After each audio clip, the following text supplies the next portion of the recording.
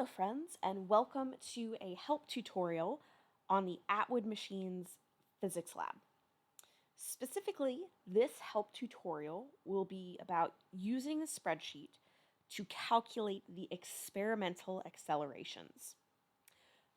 First, let's take a step back and go to the actual simulation, and let's start there. So, if I go to this Atwood Machine Lab and I click Begin, and I am just going to change these masses a little bit so that it can simulate data that's hopefully a little different than yours. So I'm going to click Start. So my heavier mass went down, my lighter mass went up, and the simulation actually produces the same plots that I'm asking you to produce. So we have a position versus time plot and a velocity versus time plot. Then at the bottom, we have the raw data. So this is our experimental data. Imagine like you actually calculated these values in the lab yourself. I'm going to go ahead and copy this and bring it over into a brand new spreadsheet. So I Control C, and now I'm going to paste it in, and it already populates into nice separate columns. So I'm going to jump ahead and create a plot for velocity versus time. So I'm going to highlight those columns.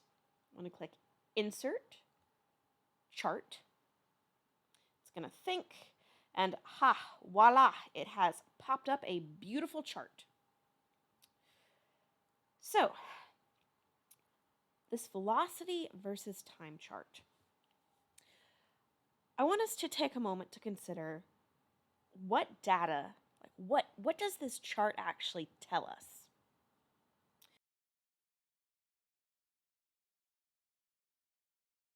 The definitions, like the fundamental physics definitions of velocity and acceleration. So velocity is the change in position over time. Acceleration is the change in velocity over time. So ultimately, what I'm asking for you to do in this part is to calculate, actually calculate using this data, what the acceleration is for each time point. So ultimately, what you should have is another column labeled acceleration. And I tell you to use the spreadsheet to calculate the acceleration at each time point.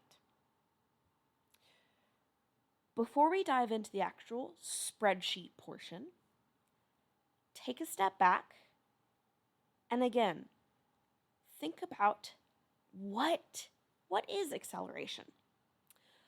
I'm going to switch back to my PowerPoint and we're going to walk through this. Alrighty.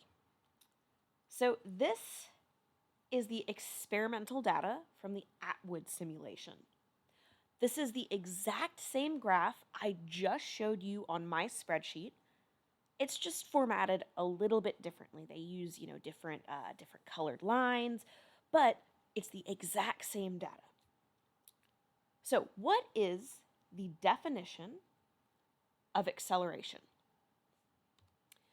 We just said that it is the change in velocity over the change in time. Now look at this formula right here, change in velocity, change in time, and look at our plot. So velocity is on our y-axis, time is on our x-axis. This is our slope. The slope of the velocity versus time plot is the acceleration. So if I gave you graphing paper, like this plot on graphing paper, and a calculator, how would you calculate the acceleration between each time point, right? So from the first data point to the second, to the third, to the fourth. Well, by hand, you would use your slope equation. You would say velocity 2 minus velocity 1 divided by time 2 minus time 1. It's your slope equation. So you could, in theory, calculate every single one of those slope and acceleration values by hand, but I tell you not to. I do not want you to do this by hand. No, I do not want you to do that. I want you to get practice using the spreadsheet. The spreadsheet can actually do it all for you. Once you input the first one, the spreadsheet is smart enough to say, oh, do you want me to calculate that for all the other ones? And yeah, so use the spreadsheet to your advantage. I want y'all to get practice with this. So I am going to switch back to my spreadsheet and roughly show you how this works. I do, in fact, give you a sample spreadsheet to practice with in Assignment Center. If you don't feel very comfortable with using spreadsheets, I do recommend that you work with that practice spreadsheet first. I give you the full solutions and walk through. But the basic deal with spreadsheets is that when you input a formula into the first cell, so the first little box, what you can do then is once you input that formula, you can use this little blue box in the right corner and drag and drop it to all your other values. And that tells the spreadsheet that you want to use that same formula for all of your other data points. And the spreadsheet is smart enough to use the correct data points. So what I recommend you do, I'm going to move this graph out of the way, is type your formula somewhere for reference so you know what formula you're using. So I know that I'm calculating the slope, which is also the acceleration. And my formula is going to be velocity 1 minus velocity 2 divided by my time 2 minus my time 1. Again, this is our definition of calculating slope. So I want to input this formula right here into that first acceleration box.